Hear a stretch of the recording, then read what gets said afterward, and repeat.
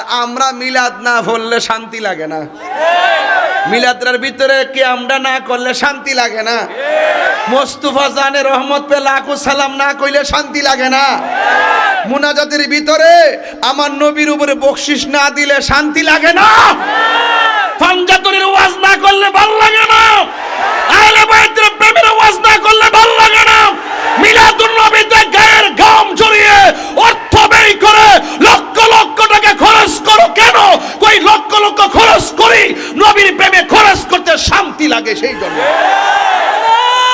তাকবীর আল্লাহু রিসালাত পবিত্র ঈদ মিলাদুন নবী সকল ঈদ শরীয়ত বাসুরেক ফাতিহা মাহফিল জিন্দাবাদ জিন্দাবাদ। ক মিলাদুন নবী নাই কি ক মিলাদুন নবী দলিল দিলেও ক কথা কন দলিল দিলেও ক হাদিস দিলেও ক রেফারেন্স দিলেও ক এখন তারে কি কইবেন? তারে কইবেন দলিলে ঠিকই আছে তোর নসিবে নাই।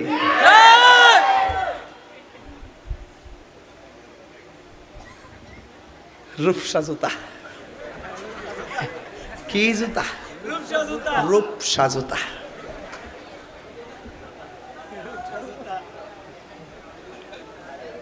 ফুলাফান্ডি করি ফুলাফান্ডি রাখ রাখ রাখ একটু একটু পরে আমি বুঝাইলি কি জুতা কইছি।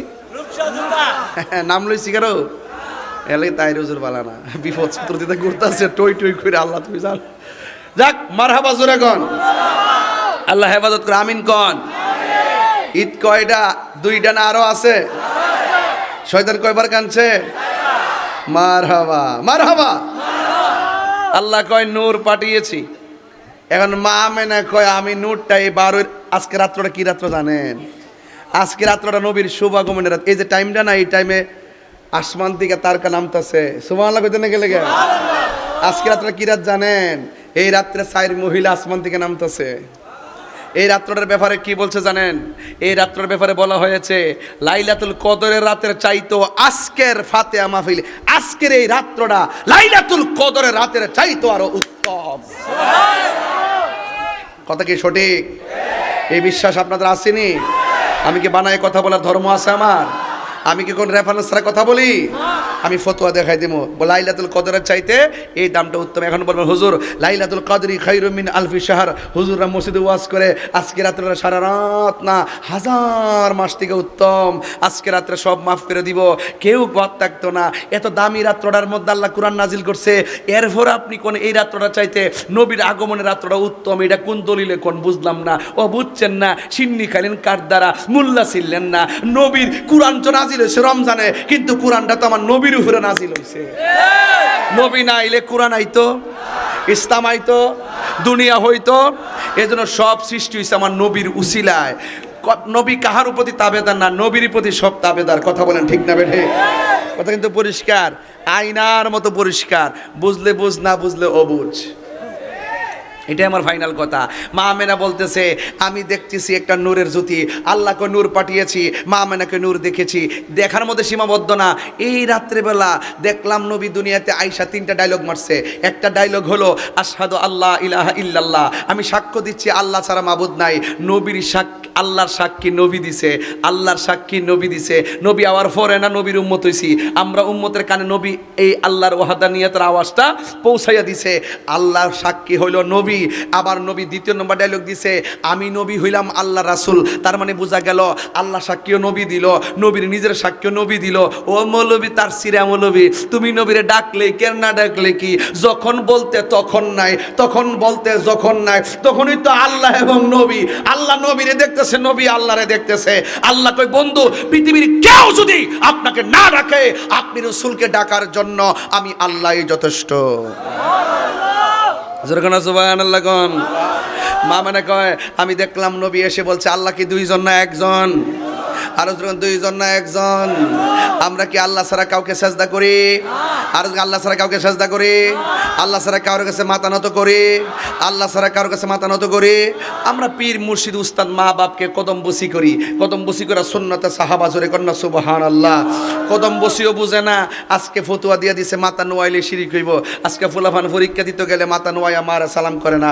আজকে পরীক্ষা দিতে গেলে দাদারের মাথা নোয়াইয়া সালাম করে না। আগে এই মাসুম ভাই কথা কিন্তু উত্তর দিয়েন, আগে আমরা মারা সালাম করছি কিনা? মারে সালাম কইরা মজিদ ভাই নেন, মাকে সালাম কইরা যখন পরীক্ষা যায় পুরা রাস্তাটার ভিতরে শুধুমাত্র রহমত আর রহমত।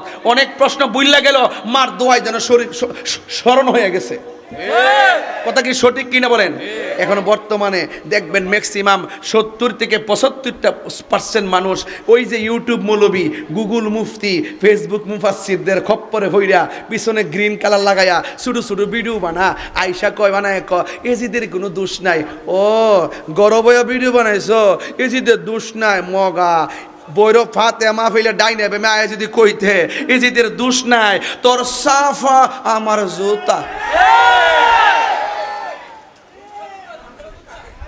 জুতা না কুন্ডাইরা রূপসা জুতা এজিদের পক্ষে সাফায় গা, বুঝছেন নি? 1500 বছর পরে যখন দেখি এই দেশের মৌলবীরা, আগে আমরা ফির মাসায়েখরা কইতো একটা এজিদি মুসলমান একটা হুসাইনি মুসলমান, আমরা বুঝতাম যে কিরে এজিদ তো নেকা গেছিল, এখন আবার এজিদি মুসলমান কইতে গাইলো। ওই যে এখন মৌলবীরা দেখছেন না কইতাছে এজিদের কোনো দোষ নাই, এজিদের কোনো দোষ নাই, এজিদের পক্ষে সাফায় গায়। এই জন্য আমি তারে কইতাম, বাতিজা তুমি যখন এজিদের এত মায়া লাগে, এজিদের প্রতি এত বন্দনা গাও, তাইলে তোমার নাতি হইলে নামটা এজিদ রাখিও। এজিদ কিন্তু রাখে না, এজিদ রাখে না। এরা ইসরায়েলের পেট্রোডলার খায়, বুঝছেন নি? এরা খুশি করে এই কথাগুলো বইলা বইলা। আপনারা বলেন এজিদকে কি ভালো বলার কোনো সুযোগ আছে? নাই, শেষ। এই পর্যন্ত ওয়াজ বুঝছেন নি? আমি একটু তাড়াহুড়া করতেছি মনে হইতেছে, একটু খুব বেশি তাড়াহুড়া করতেছি না? তাইলে একটু ওয়াজ যদি বুঝেন আলহামদুলিল্লাহ কইেন। আচ্ছা, মা মেনা বলতেছে নবী দুনিয়াতে আইসা কয়টা ডায়লগ দিছে? ওই যে ওয়াজ বুঝলে গেছে কয়টা? আল্লাহ ছাড়া কোনো মাবুদ, নবী হলো আল্লাহর, 3 নম্বর হইল উম্মতি উম্মতি। সুবহানাল্লাহ কইতে গেলে কেন? খেয়াল করেন কিন্তু যা বলছি, আল্লাহ ছাড়া কোনো মাবুদ, নবী হলো আল্লাহর। এটার দ্বারা প্রমাণ হয় আল্লাহ মানা নবী মানা নয়, নবী মানলেই আল্লাহ মানা হয়। খেয়াল করেন কিন্তু, আল্লাহ মানা নবী মানা, নবী মানলেই আল্লাহ মানা হয়। এই লাইন যদি ক্রস করো, আল্লাহ আল্লাহ জিকির করে আল্লাহ ভাই লাইবা, অত সোজা জিনিস না। আল্লাহকে বন্ধু আছে, আমি রব আছি, বন্ধু নাই, আমি আল্লাহ নাই। এরপরে মা মেনা বলতেছে ছেলে যখন আইছে, এতদিন ধরে শুনতেছি, একটু দরতাম গেছিলাম, দেখি আসমানে উড়াই লয়ে গেছে। একটু পরে দেখলাম দুলনার মধ্যে শোয়াইছে। রসুল ডাক দিয়া কয়, ও পৃথিবীর মানুষ, আমার লজ্জাস্থান পৃথিবীর কেউ দেখে নাই। আমাকে আল্লাহ পাক খতনা করাইয়া, আল্লাহ আমি দুনিয়াতে আইসি খতনা হইয়া দুনিয়ার মধ্যে আসছি।